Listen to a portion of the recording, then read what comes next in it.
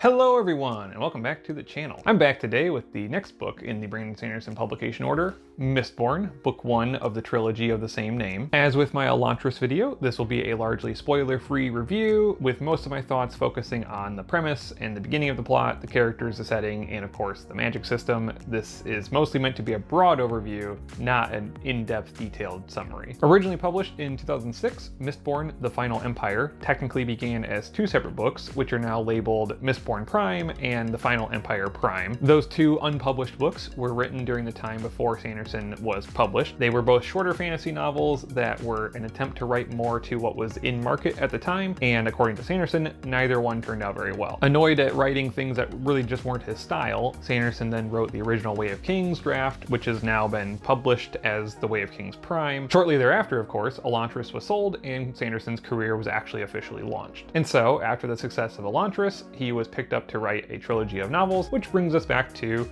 Mistborn, The Final Empire. Although this one's usually referred to as just Mistborn because apparently it's confusing to call book 1 of something the final anything, I don't know. Anyway, the Mistborn trilogy as a whole is part of Sanderson's Cosmere, which is the interconnected universe of his adult fantasy novels. The first book takes place on the planet Scadrial, a world that sees near perpetual ash fall from various ash mounts spread across the land, making it a very drab, gray world. Our primary setting in this book is the city of Luthadel, the capital of the Final Empire, which has been ruled by the enigmatic and all-powerful Lord Ruler. Right up front, we find out that the people of the Empire are split into two main groups, nobles and Ska. The Ska are a somewhat stockier, hardier group of humans, though centuries of interbreeding with the nobles has largely rendered any differences between the two groups negligible. But the important part of the interbreeding is that it has allowed the genetic ability of allomancy, the main magic system found in book 1, to now be present in both nobles and Ska alike, rather than just the nobles, which is how it was intended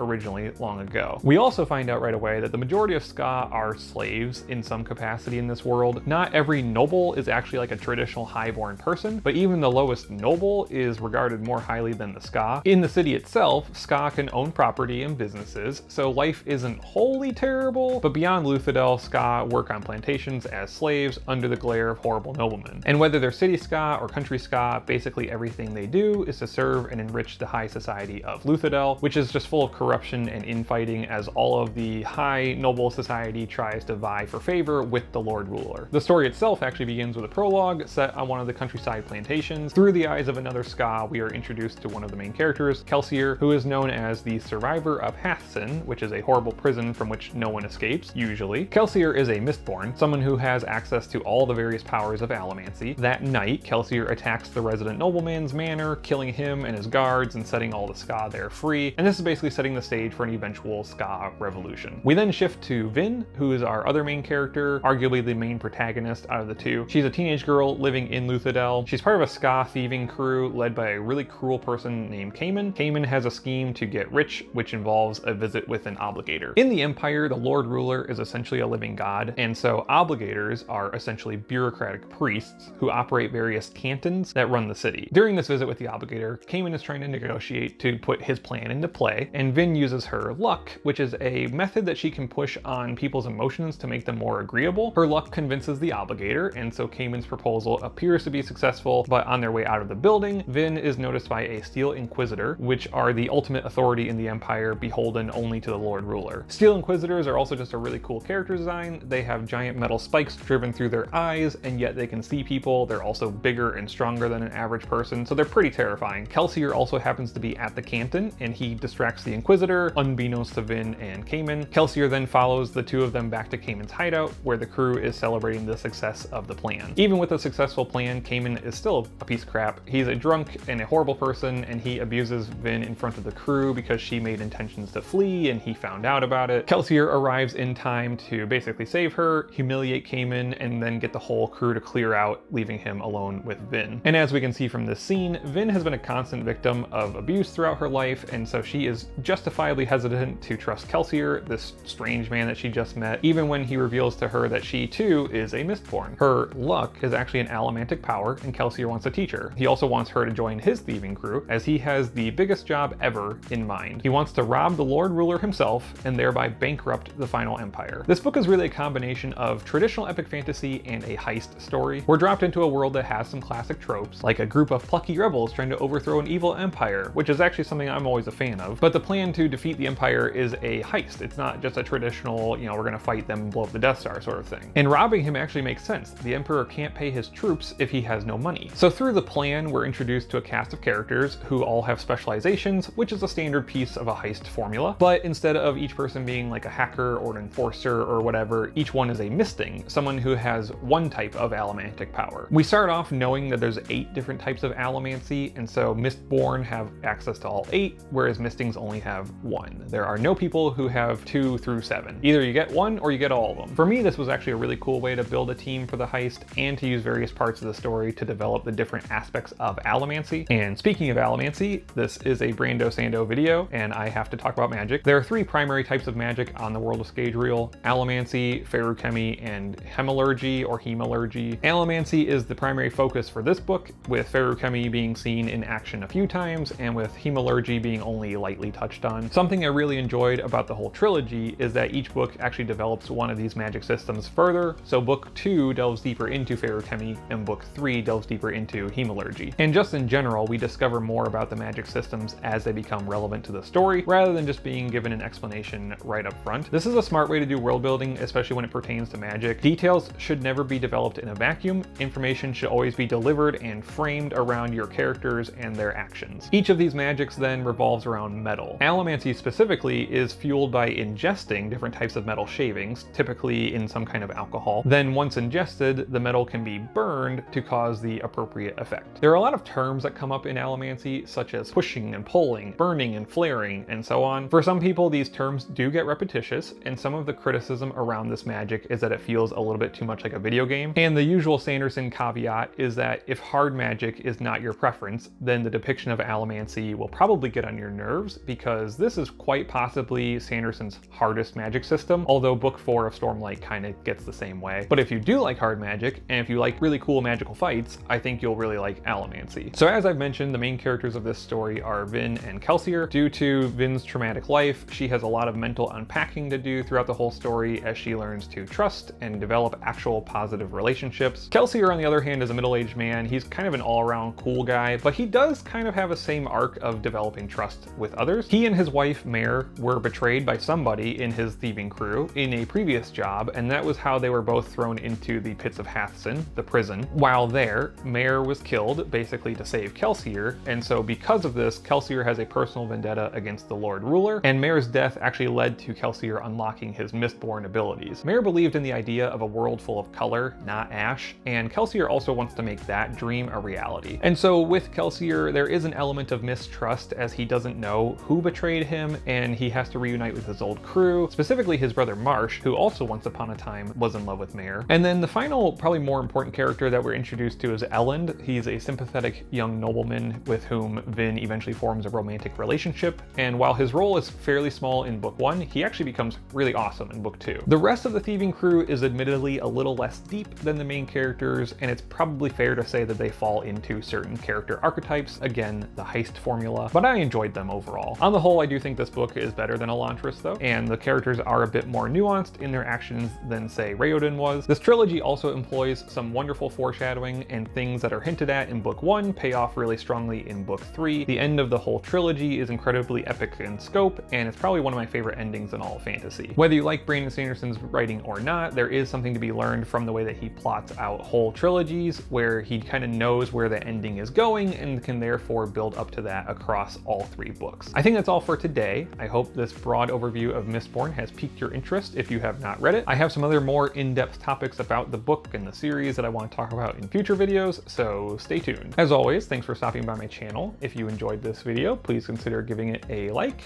and subscribe if you're interested in hearing more of my thoughts on various stories, including more Brandon Sanderson ones. Leave a comment below if you've read Mistborn and let me know your thoughts on it, or feel free to just say hello. I post videos on Sunday and Wednesday. Until next time, I hope that you have a wonderful wonderful day, and I'll catch you here in the next video.